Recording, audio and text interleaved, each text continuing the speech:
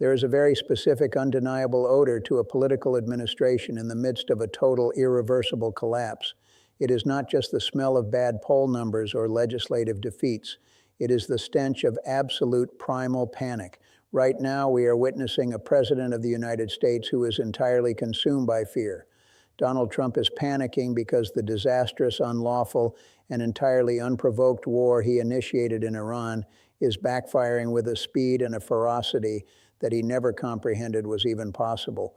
The threat is no longer just rhetorical. It is no longer contained to a desert thousands of miles away. The threat is breathing down the neck of his own regime, and for the first time in his life, the man who has spent decades bullying his way through the world has absolutely no idea how to stop it. To understand the sheer magnitude of this geopolitical disaster, you have to understand a military concept that the Iranian regime is currently deploying against the United States. It is called escalation dominance. In simple terms, escalation dominance means that for every single action you take, your adversary has the capability, the will, and the strategic positioning to hit you back twice as hard, inflicting a level of pain that you simply cannot absorb. Iran warned the White House exactly what they were going to do. They communicated their intentions clearly, and then they executed them flawlessly. It started when Donald Trump and Israeli Prime Minister Benjamin Netanyahu launched a joint military strike against the South Pars gas field in Iran. This is not just any facility, it is critical lifeblood infrastructure for the Iranian economy. They struck it, they damaged it, and they believed they had scored a massive, decisive victory. But Iran did not fold. They did not retreat. They looked at the board, invoked escalation dominance, and said, all right, you hit our southern fields, we are going to hit the northern fields. The northern fields they were referring to are connected to the South Pars Reserve, but they are operated by the nation of Qatar. Specifically, Iran targeted the Ras Laffan industrial facility. For those who do not track global energy markets, Ras Laffan is not just a regional refinery. It is the beating heart of the global energy supply chain. That single facility in northern Qatar supplies roughly 20% of the entire world's liquefied natural gas. 20%. Iran fired their weapons and they struck Ras Laffan directly. Not once, but twice. They hit it repeatedly throughout the day. The immediate result was catastrophic. Qatar, a crucial American ally in the region, was absolutely furious. The Qatari Foreign Ministry released statements condemning in the strongest possible terms the actions of Israel and the United States.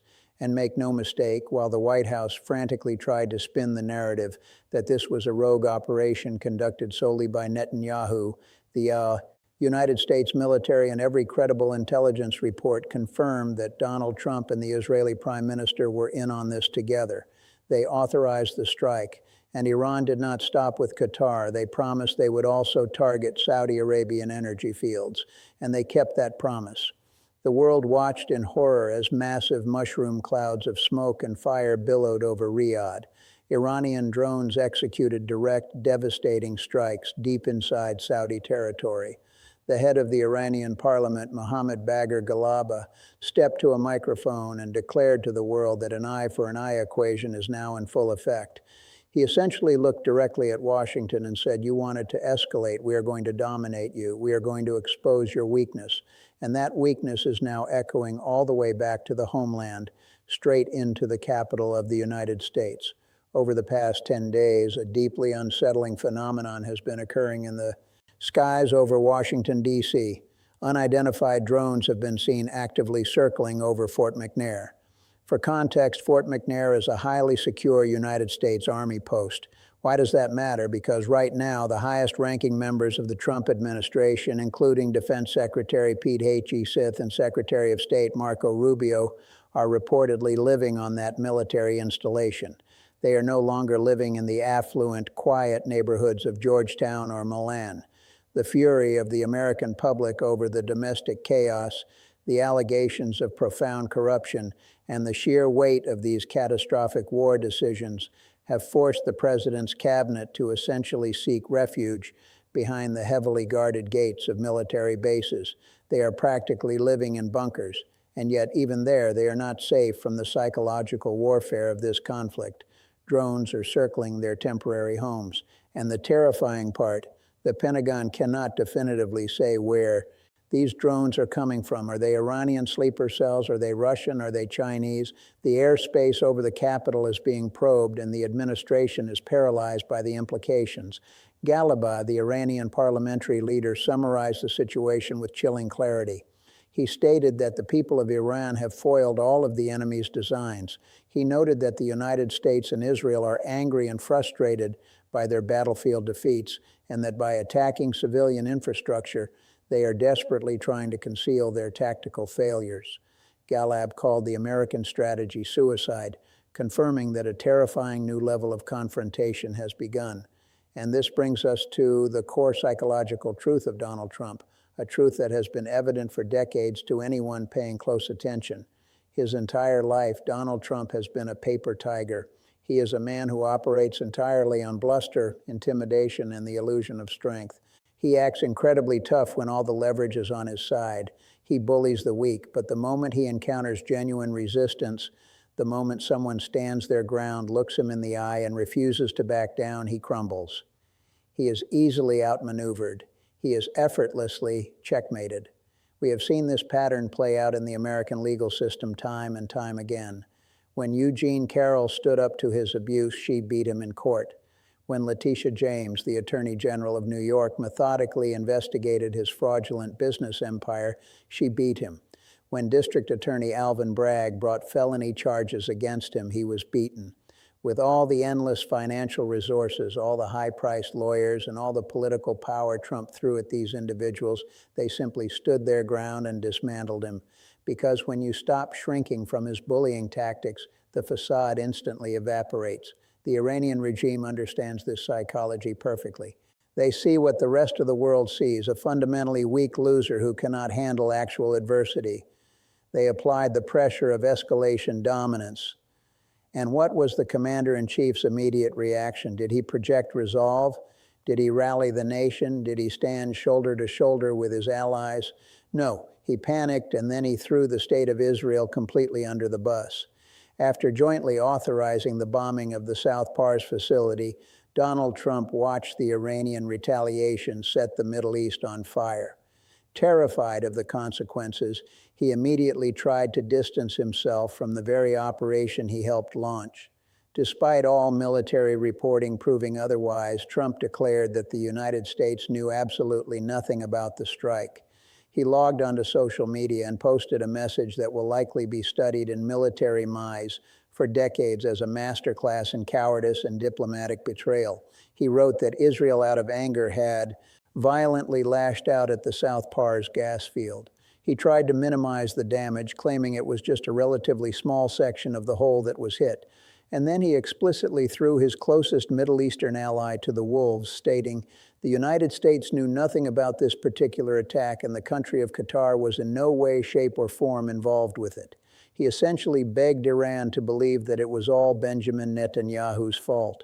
He claimed that Iran had unjustifiably attacked Qatar's facilities because they didn't know the pertinent facts, the facts being that Trump was supposedly innocent. And then the post devolved into pure, unadulterated desperation. Using his signature, unhinged all-caps formatting, the President of the United States typed out a plea that read more like a ransom note from a hostage than a statement from a global superpower. He decreed that no more attacks would be made by Israel on the South Pars field. He threatened that if Iran attacked the very innocent Qatar again, the United States, with or without Israel's consent, would massively blow up the entirety of the gas field with a strength and power Iran had never witnessed. He concluded this bizarre rant by saying he did not want to authorize this level of violence because of the long-term implications, ending the message with a polite, incredibly out of place, "Thank you for your attention to this matter, Donald J. Trump." It is hard to overstate how pathetic this makes the United States look on the global stage. You are a paper tiger, Donald. Nobody, absolutely nobody, is scared of you right now. You have taken the most powerful military, diplomatic, and economic engine in the history of human civilization and rendered it weak, confused, and pathetic. Do you honestly believe that the Ayatollah is sitting enthroned reading a capitalized social media post, where you furiously deny responsibility and beg them not to hit Qatar again, and shaking in his boots? Do you think global warfare is a two-bit con job real estate transaction in Atlantic City where you can just lie your way out of a breached contract? This is war and peace. This is life and death. Through your staggering incompetence, you have dragged the United States into a disastrous, unwinnable war. You have gotten American service members killed. Hundreds more have been severely injured. You are actively destroying the global economy. Right now, the price of a barrel of oil is sitting well over $110. Energy analysts are openly predicting it will smash through the $150 mark in the very near future. Every day, hardworking people cannot afford to put gas in their cars to get to work. Families are suffering deeply right here in the United States because of your erratic, ego-driven behavior. And your only strategy to fix the mess you created is to gravel. After spending years actively dismantling American alliances, after mocking the international community, you are now begging them for a lifeline. You spent your first term and the lead up to this war relentlessly attacking NATO. You demanded they pay up. You questioned their purpose. You treated them like a protection racket that was late on their dues. Now, with the Strait of Hormuz effectively a kill zone, you are pleading, please help us, NATO. And when they hesitate because you have alienated every single leader in the alliance, you revert to your fragile ego. We don't need you, but please help us. It is a staggering display of weakness. It is embarrassing. As an American, it is profoundly humiliating to watch the leader of the free world operate with the strategic coherence of a cornered, frightened animal. And the reality on the ground is even worse than the diplomatic embarrassment. Despite the confident, entirely fabricated assertions from Donald Trump, Pete Hegseth, and Marco Rubio that the American military has successfully destroyed all of Iran's ballistic missiles, the facts tell a completely different, horrifying story. Military analysts and open-source intelligence tracking, including comprehensive charts published by defense experts like Andreas Larson, show that Iran is not running out of ammunition. In fact, they are firing more missiles now than they were during the opening days of the conflict. And far more concerning, their accuracy is increasing. They are hitting more targets per shot than they were a week ago. This is not happening in a vacuum. The United States is not just fighting Iran. We are fighting the technological might of the new axis of resistance. With active on-the-ground assistance from Russia and China, the Iranian military has managed to secure the exact coordinates of America's top-tier anti-drone satellite networks in the region. They have systematically taken out our advanced radar systems. They have blinded our satellite arrays. The technological supremacy that the United States military has relied upon for generations has been severely compromised in a matter of weeks. As a result, Iranian forces and their proxy militias are operating with near impunity. In Iraq, Iranian-backed militias are boldly broadcasting footage of their drones flying unchallenged through the airspace. These first-person view FPV drones are hovering over American positions, demonstrating to the world that they can strike absolutely wherever and whenever they want. When Iran said they were going to hit the Ras-Leafan facility, they did it. When they said they were going to strike the oil fields in Riyadh, they did it. They are not bluffing. They are stating their military objectives and executing them while the White House furiously tweets in all caps. The Qatari Ministry of Interior is currently dealing with unprecedented apocalyptic fires at their refineries. And here is the crucial, devastating point that is not being adequately discussed in the mainstream press. The destruction of this infrastructure is not a short-term inconvenience.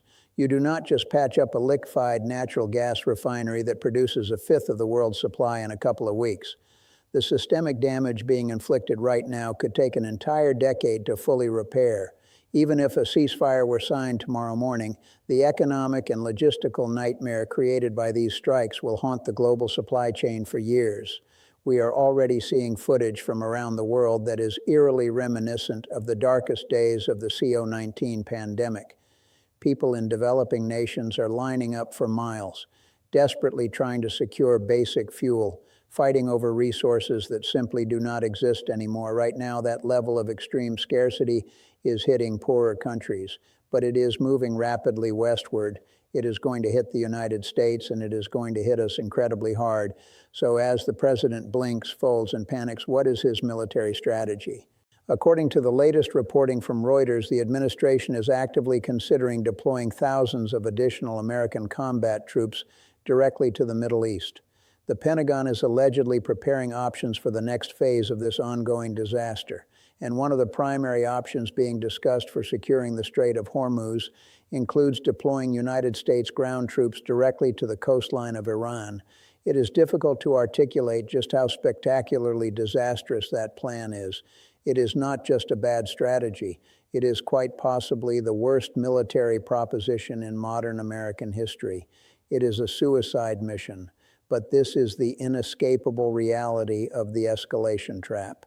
When a man like Donald Trump, a man whose entire fragile sense of manhood and self-worth is predicated on projecting an entirely manufactured toughness, feels utterly neutered and humiliated on the world stage, he overcompensates. He cannot admit defeat. He cannot engage in complex diplomacy.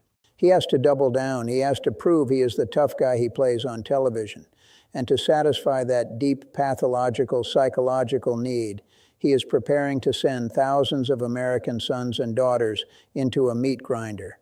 He is sending our troops into a literal death trap to protect his ego. It is so brutally obvious where this is heading. And perhaps the most surprising and terrifying development is that the sheer scale of the danger is finally being recognized by the broader international community. For months, independent media and critics of the administration were dismissed as hyperbolic.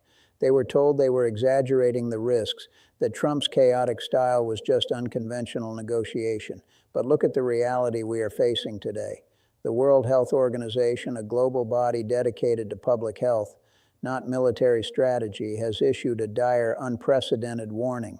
The WHO has officially stated that they are preparing for a nuclear catastrophe. They are running scenarios for a worst-case fallout event in the Middle East if the conflict between Iran, Israel, and the United States continues to escalate. United Nations staff are actively monitoring the potential fallout of strikes on Iran's nuclear enrichment sites. They are remaining hyper-vigilant for any type of radiological threat. According to the WHO's regional director for the Eastern Mediterranean, a nuclear incident is the scenario that worries the international community the most. He stated grimly that as much as they try to prepare, there is absolutely nothing that can prevent the unfathomable harm that will come to the region and globally if a nuclear threshold is crossed. The consequences of such an event would last for generations, and the world is preparing for this nightmare scenario strictly because of the capricious, malignant, narcissistic nature of the man sitting in the Oval Office. And what is his response to this apocalyptic tension? He uses his allied media outlets to try and shift the blame. The New York Post, functioning essentially as a regime newsletter, recently ran a headline demanding that U.S. allies need to get a grip and that they must step up and help open the Strait of Hormuz. Get a grip, allies. They are not your allies anymore. You spent your entire political career destroying those relationships. You initiated petty, vindictive trade wars against them. You slapped tariffs on their steel and aluminum. You demeaned their leaders. You called Canada, our closest neighbor and most steadfast partner, a national security threat. You routinely insulted NATO, completely ignoring the fact that those nations shed their own blood for the United States. You conveniently forgot that their soldiers died fighting alongside Americans in the mountains of Afghanistan after Article 5 was invoked following 9/11. You launched this disastrous war in Iran completely by yourself. You gave absolutely no notice to the surrounding Arab nations. You gave no heads up to NATO command. You bypassed Congress. You bypassed the international community. It was just you and Benjamin Netanyahu deciding to set the region on fire. The diplomatic fallout is absolute. The foreign minister of Oman, a nation that has historically served as the crucial quiet mediator between Washington and throne, has spent the last 24 hours expressing total despair. The Omani government, specifically chosen by the United States to act as a back channel, has publicly stated that the American administration has profoundly betrayed the entire Middle East. Even though Oman itself has been threatened, they recognize that Iran's extreme reaction is their only remaining play. When Donald Trump publicly declares his intention to decapitate the Iranian regime, this violent asymmetrical warfare is exactly predictably how they were always going to react. This betrayal is deeply rooted in Trump's past actions. Let us not forget January when massive organic democracy protests erupted across Iran. The Iranian people took to the streets, risking their lives to demand freedom. They held the moral high ground. Donald Trump took to social media and promised them the world. He said, "I am going to help you. I am going to protect you. Don't you worry. I've got your back." And then when the regime cracked down, when the bullets started flying, he did absolutely nothing. He abandoned them. He allowed thousands of brave pro-democracy protesters to be slaughtered in the streets because he had no actual strategy beyond a tweet. The current chaos is the direct, bitter harvest of that betrayal. Now, facing the consequences of his actions, Donald Trump is trying to project a wartime bravado that rings incredibly hollow. The Daily Mail recently ran a headline stating that Trump says he is not afraid of Vietnam-style ground combat in Iran. The hypocrisy is so thick you could choke on it. He is not afraid of Vietnam-style combat now when he is sitting in the air-conditioned comfort of the White House, surrounded by the Secret Service ordering other people's children to go die in the sand. But when he was a young man of drafting age, when it was his turn to actually face Vietnam-style combat in the actual jungles of Vietnam, he was terrified. Donald Trump utilized the wealth and privilege of his family to dodge the military draft on 5 separate occasions. He procured a highly suspicious medical deferment from a podiatrist who rented office space from his father, claiming he suffered from bone spurs in his heels. Bone spurs that miraculously never prevented him from playing golf or tennis. The fact that a 5-time draft dodger has the sheer unmitigated audacity to invoke the blood-soaked legacy of the Vietnam War to sound tough while sending a new generation into a meat grinder is beyond pathetic. It is grotesque, and the families of the men and women who are actually paying the price for his ego know it. They do not want him anywhere near their tragedy. As the casualties mount, as the flag-draped caskets return to American soil, the families of the fallen soldiers are making their wishes explicitly clear. They want nothing to do with Donald Trump. They know that when he attends these solemn ceremonies, he is not there to offer genuine comfort. He is there as a predator. He is there to drag his cameras to the tarmac, to use the bodies of their loved ones as props for his political fundraising and social media propaganda. The families of the fallen are returning to Dover Air Force Base, heartbroken, their lives shattered, and they are begging the military to keep the president away. In a recent dignified transfer for 6 U.S. service members killed in a refueling aircraft crash, the families formally requested that the ceremony remain entirely private. They explicitly demanded that no cameras be allowed, specifically to prevent the president from turning their unbearable grief into a campaign commercial. But Donald Trump respects nothing. Contrary to the desperate wishes of grieving families whose loved ones died in a war he started, he showed up anyway. He brought his cameras, he stood near the caskets, and he immediately began posting about it on social media. It is the behavior of a man devoid of a soul, how utterly, completely demeaning to the families who explicitly asked for privacy, how deeply disrespectful to the uniform. Meanwhile, the violence continues to spiral. Iran is not just hitting Arab nations, they are pounding Israel. Tel Aviv, northern Israel, and central Israel have been subjected to relentless heavy bombardment. The subway stations have been damaged. The infrastructure is cracking. Yes, the United States and Israel are hitting back hard. Iranian targets are being pulverized, but the cost is staggering. The reports of civilian casualties of elementary schools being destroyed, of 165 little girls losing their lives in collateral damage. These are horrific, unavoidable realities of the war Trump unleashed. Iran established a doctrine. You do this to us, we will do this to you. They followed through. And what did the President of the United States do? He blinked. He backed down. He posted on the internet that he had nothing to do with it, practically begging to be left alone. This singular act of cowardice taught Iran the most dangerous lesson possible. They have escalation dominance over the United States because the man in charge does not have the stomach for the fight he started. The surrounding Arab nations are watching this collapse in real time. They are watching Donald Trump fold like a cheap suit, and they are realizing the horrifying truth about their geopolitical investments. For years, they engaged in blatant pay-for-play schemes. They funneled billions of dollars into the private equity funds of the president's family. They bought access, they bought influence. They didn't do this because they respected Donald Trump. They did it because they believed they were purchasing the absolute ironclad protection of the United States military.